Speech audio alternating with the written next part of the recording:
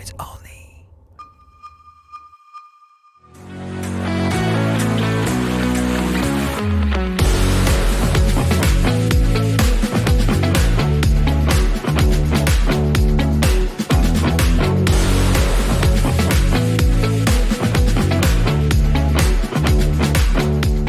Donc bonjour à tous et bienvenue sur Motor Live pour un nouvel essai d'un quad. Donc aujourd'hui on a le privilège d'essayer le tout nouveau T-Rox 500 de la marque Gauze. Donc Gauze, c'est la marque française de GD France qui vient d'être rachetée par CF Moto. CF Moto, vous connaissez, leader sur le marché européen du quad.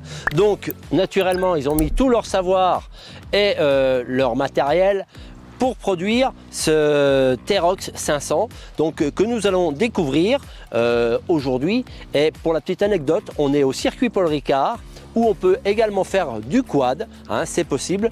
Donc si à certains moments il y a des bruits de voiture derrière, c'est pas de notre faute.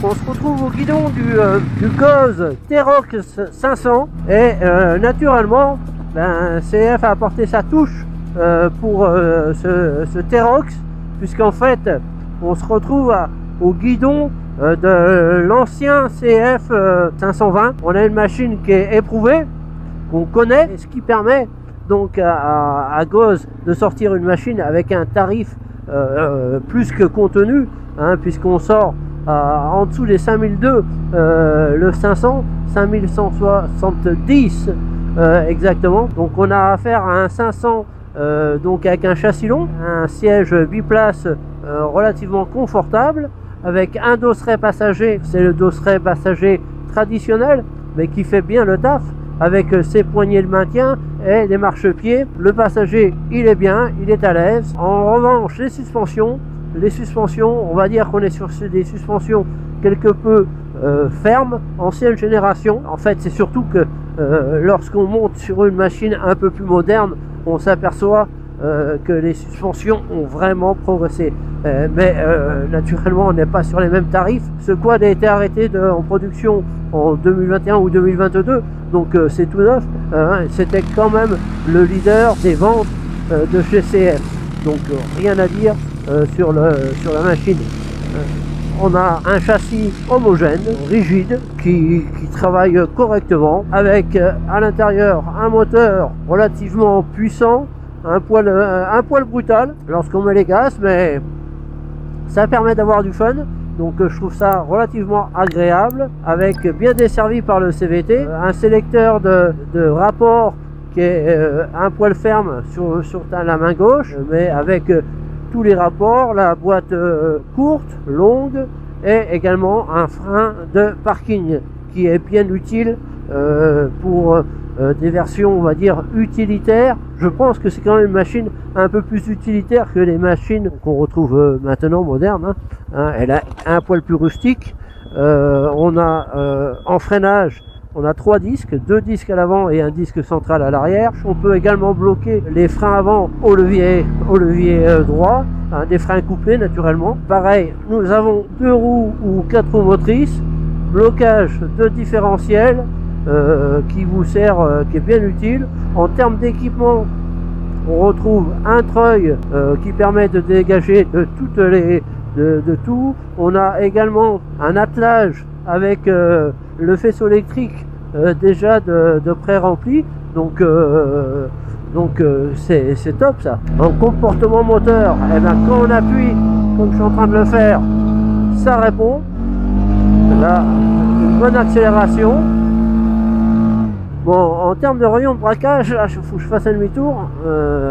C'est les anciens quads de chez CF qui n'étaient pas spécialement réputés pour avoir un rayon de braquage optimum. Il y a du frein moteur, hein, là je suis dans une descente, j'ai enlevé le doigt de la gâchette et le quad s'arrête.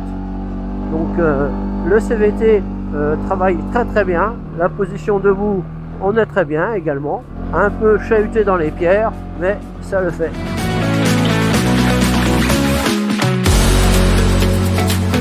Côté moteur, on retrouve ce bloc monocylindre de 495 cm3 à refroidissement liquide, qui a fait ses preuves sur le CF Moto 520. Il délivre une belle puissance de 34 chevaux à 7000 tours minute, avec un couple de 38 Nm, qui lui permet d'afficher une excellente dynamique, qui s'affranchit des 382 kg avec sa transmission par arbre et cardan. Les suspensions réglables sont ancrées sur le double triangle avant et arrière, protégées par des pare-pierres en plastique. Elle guide les jantes acier en 12 pouces. Quant au freinage, il est confié à 3 disques, 2 avant et un central arrière, couplé au levier gauche et à la pédale. Malgré son tarif ultra compétitif, le T-Rox n'en est pas moins sous-équipé. On apprécie les porte-bagages tubulaires avant et arrière, les prises 12 volts et USB, le rangement arrière, mais on note que le passager n'est pas oublié sur ce modèle châssis long avec un dosseret, des poignées de maintien et des marchepieds dédiés, alors que le pilote quant à lui bénéficie de pare-main. L'instrumentation est plaisante avec des jauges à segments essence et température, montre et picto pour la position de la transmission.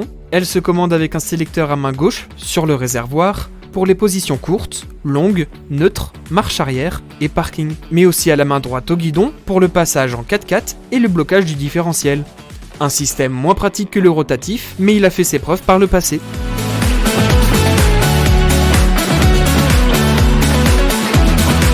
Donc, je vais vous faire une petite conclusion de cette journée d'essai avec à bord du Goz T-Rox 500 by CF Moto. Donc, on la connaît la machine, c'est l'ancien 520 de chez CF avec ses qualités et ses défauts.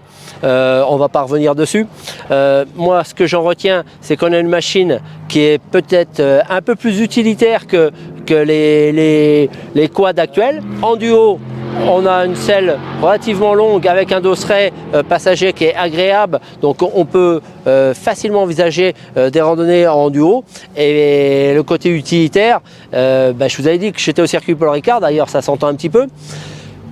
J'ai trouvé le côté utilitaire, à savoir que je vais passer la piste avec le balai pour nettoyer, et je vais encore profiter de ce Goz donc une bonne partie de la journée. Je vous remercie d'avoir regardé cet essai et je vous dis à bientôt sur Motor Live pour de nouveaux essais de quad à venir.